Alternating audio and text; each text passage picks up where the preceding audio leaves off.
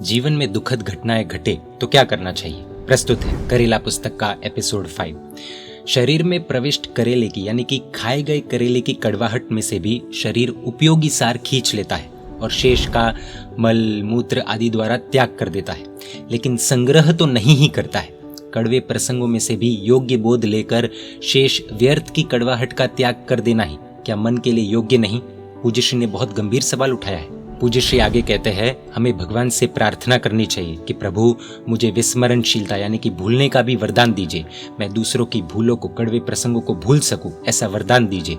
भूल उसी का नाम है जो भूलने योग्य हो, फिर हम उसे याद क्यों रखें।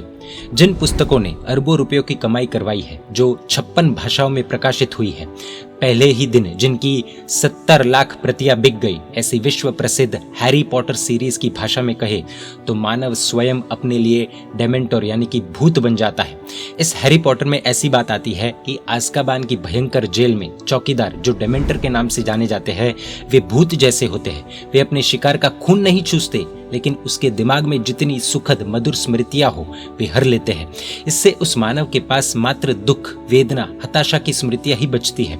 इसका कटु परिणाम ये आता है कि वह मानव पागल से भी बदतर अवस्था में जीवित रहता है। हैरी पॉटर में इन डेमेंटोर को परास्त करने का एक ही मार्ग दर्शाया गया है, और वो है जीवन के सबसे आनंदप्रद, सबसे मधुर क्षण को बार बार स्मरण करते रहना, बार बार याद करना। पूज्य श्री कहते हैं कि यदि हमारे मन से सभी मधुर स्मृतियां मिट गई हो और मात्र कड़वी स्मृतियां ही बची हो, तो ऐसा करने वाले भी हम खुद ही हैं। इस प्रकार हम स्वयं के लिए डेमेंटोर बन गए ना। एक कवि ने कहा है कि हमें अपने जीवन की छोटी सी अंजलि में अमृत की जगह विष नहीं घुलना चाहिए। दुख वह हलाहल विष है, उसे बार बार याद करके घुटना नहीं चाहिए, बल्कि सुख रूपी अमृत को ही बार बार घुटना चाहिए। सामान्य अभ्रक में कोई औषधीय गुण नहीं होते हैं, लेकिन जब उसे बार बार पुट दिया जाता है और सहस्त्रपुटी अभ्रक बनता है, तब कई असाध्य रोगों का शमन करने वाली औषधि बन जाता है। सुख तथा मधुर प्रसंग को जैसे जैसे घुटा जाता है, जैसे जैसे याद किया जाता है, वैसे वैसे वो कड़वे प्रसंगों के घावों का शमन करने वाला औषधि बनता जाता है।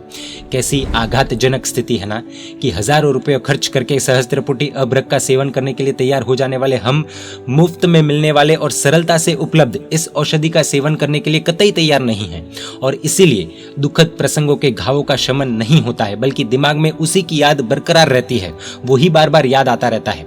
दुख की औषध है समय।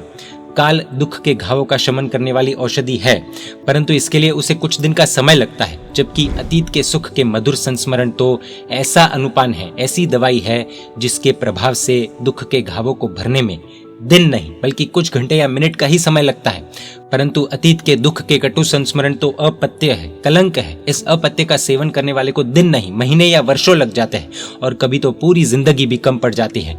मृत्यु तक भी वे घाव नहीं भरते हैं।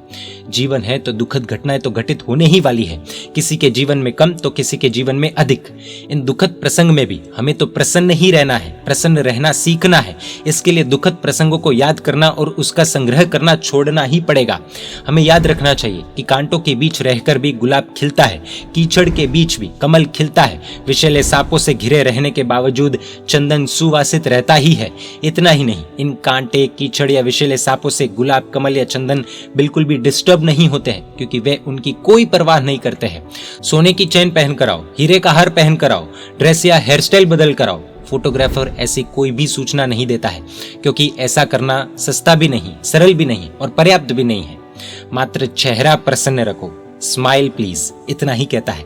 ये सस्ता, सरल और पर्याप्त है। ये एक वास्तविकता है कि दुनिया में मिलने वाले महंगे से महंगा सौंदर्य प्रसाधन यानी कि ब्यूटी प्रोडक्ट भी चेहरे पर दिखने वाले प्राकृतिक हास्य, नेचुरल स्माइल का मुकाबला नहीं ही कर सकता। पूज्य श्री एक सुंदर बात कहते हैं, किसी भी परिस्थिति में हंसता चेहरा मेरा जन्मसिद्ध अधिकार है। ये जीवन सूत्र अपनाना क्या आवश्यक नहीं है, लेकिन इसे जीने के लिए कड़वाहट का बहिष्कार करने की कला आत्मसात करनी ही पड़ेगी। पुलिस इंस्पेक्टर की भी डायरी होती है और एक प्रेमी की भी डायरी होती है। पुलिस इंस्पेक्टर की डायरी में क्या होता है? इसने यह चोरी की, उसने किसी की हत्या की, उसने हंगामा मचाया, उसने मारपीट की, बस मात्र क्रिमिनल्स और अपराधों का ही उल्लेख होता है। प्रेमी की डायरी में अपने प्रियजनों की पसंद आने वाली बातों के उल्लेखों से ही पन्ने भरे होते हैं। पूज्य श्री गंभीर सवाल पूछते हैं कि निकटतम परिजनों तथा मित्रों की भूलों को ही ध्यान रखने वाला हमारा दिल क्या पुलिस इंस्पेक्टर की डायरी है? क्या हमारा समूह अपराधियों से ही भरा है? किसी की कोई प्रिय बात है ही नहीं क्या? रेगिस्तान की यात्रा के दौरान 15-15 दिन तक मीठे पानी की बूंद भी नहीं मिलती है, इसलिए प्रकृति ने ऊंट के पेट में मीठा जल संग्रह करने की टंकी दी है। क्या हमारे जीवन में कड़वाहट का अभाव है, कमी है कि हम दिमाग में कड़वाहट की टंकी लेकर घूमते हैं? पानी तो फिर भी जीवन आवश्यक है, लेकिन क्या कड़वाहट जीवन आवश्यक है? नहीं, कड़वाहट जीवन आवश्यक नहीं है। इसीलिए ऊंट के पेट में पानी की टंकी प्रकृति ने दी है। हमें दिमाग में कड़वाहट की टंकी प्रकृति ने नहीं दी है, ये टंकी हमने स्वयं ही अपने लिए बनाई है। एक विचारक ने प्रकृति से शिकायत की, कोई भी स्त्री जब तक कन्या होती है तब तक कितनी मीठी मधुर होती है, लेकिन पत्नी बनने के बाद क्यों कड़वा करेला बन जाती है? प्रकृति सुंदर उत्तर देती है, क्योंकि उसे कन्या मैंने बनाया है और पत्नी तूने बनाया है। अर्थात वो जैसा अभी बनी है उसके पीछे का कारण तू खुद है। कड़वी घटनाओं के प्रति हमारा नजरिया कैसा होना चाहिए, क्या होना चाहिए, जानेंगे करेला पुस्तक के एपिसोड 6 में। जीवन में दुख आए तब भी अगर दुखी नहीं होना है और दुख के पावर को घटाना है तो इस इंस्पिरेशनल, मोटिवेशनल, थॉट प्रोवोकिंग पुस्तक करेला www.hridayoddgar.com वेबसाइट से प्राप्त कर पढ़ सकते हैं। परमात्मा के आज्ञा विरुद्ध कुछ भी कहा हो तो मिच्छामि दुक्कडम। जय जिन शासन, जय महावीर।